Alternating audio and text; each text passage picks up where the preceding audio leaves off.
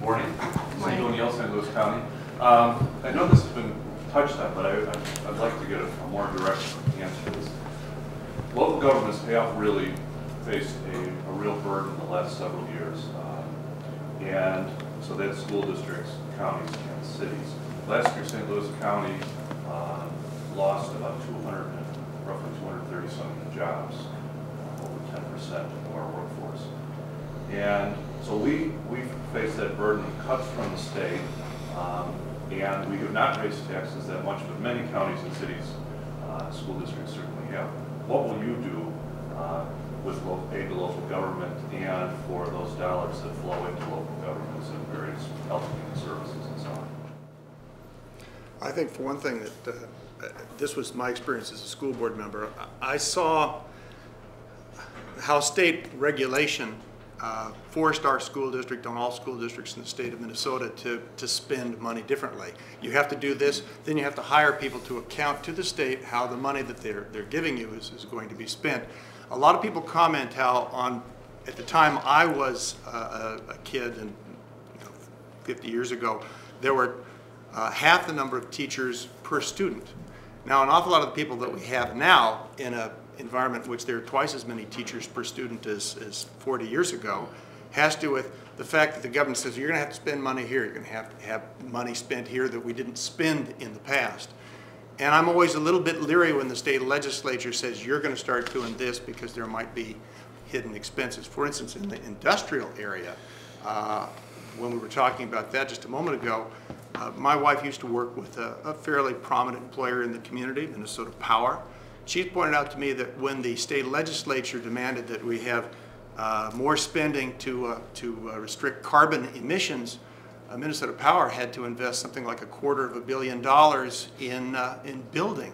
Well, guess what? The ratepayers don't really like having to pay poor old Minnesota Power for this mandated cost of improving the environment. Those are the sorts of things you have to watch out for when you pass legislation.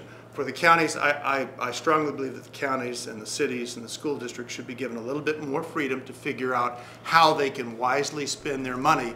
And to a certain extent, that means the state legislature needs to step back some of its expectations of those communities, because the legislature is a very blunt force tool. So would you cut or keep or? Well, Duluth, frankly, is quite fortunate. I mean, we've all seen the people who came in for the regatta that sailed into town. We saw the people who come in during Grandma's and the Blues Fest and countless other activities. We do have some opportunities in Duluth that other communities don't have. We sales tax. It's a wonderful sales tax. I think I would give other local communities some ability to raise some of their local monies in those ways. And then let those public officials at the local level deal with their taxpayers and have to justify the kind of spending. Okay, but to his point, would you cut local government aid or keep it where it is? Well, it was yes or no. Well, stick your head down. I will defer to Roger Render, who said LGA is going to soon be a thing of the past, and I think that's what you can expect, Steve. So you would cut it? I think it's going to happen because you'd vote to cut, Harry. Yeah, well, probably I have no choice. Okay, thanks, Roger. Well, I think in answer to Steve's question, for the cities it's LGA, but for the counties it's county aid and it's PILT.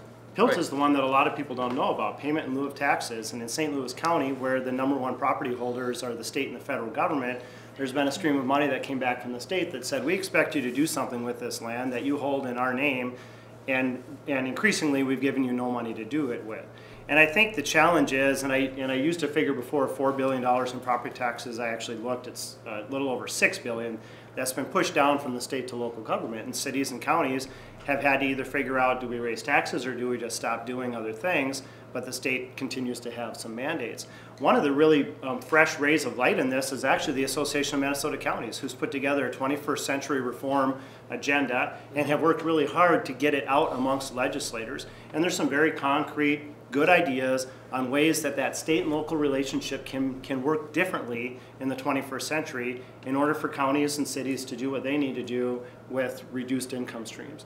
But I have said, and I'll continue to say, I don't think LGA, the future of LGA is very bright. The new power in the legislature is the suburbs. They don't get it. They actually pay into it, and then they send it up to us and other places. So they don't have a lot invested in it. However, I do think that whether it's local option sales tax or there are other tools we can make available to local governments to try and meet the demands of their citizenry. So same question, would you vote to keep it or vote to cut it? Well, we voted to cut LGA significantly, and Well, I just started to get a broader understanding of the whole local government aid and how challenged it is, and we do need to rely on, you know, our own ability to increase taxes or find creative ways to make cuts, and that's what's happened is, you know, the 230 jobs is not a good thing. We need to find other ways. The county is not really strong into the economic development. They have a little bit of a play in that, but not a huge amount. So I think we need to find ways to better and more effectively make decisions locally and maybe increase our taxes or be creative in finding ways to cut and stuff like that. So I believe that the local government aid is going to have to be cut. So cut, okay. Carrie?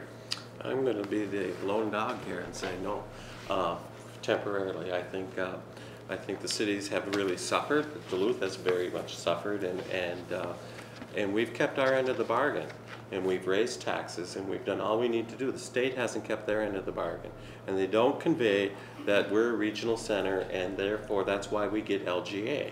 You know, people come into our city every day to work and use some of the benefits of the city, hospitals, libraries, roads, so on and so forth. So that's why LGA is important. So I would look at that as, I wouldn't cut it today, but I also know the political reality is down the road, so we need to come up with a different way of funding regional centers. And do I have an idea for that?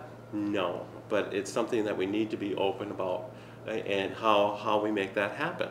Because people, well, you see the stream every day, and if you try to get out of this town at 4 or 5 o'clock today, you know you're going to sit in traffic for a long, long time. Dave Jench.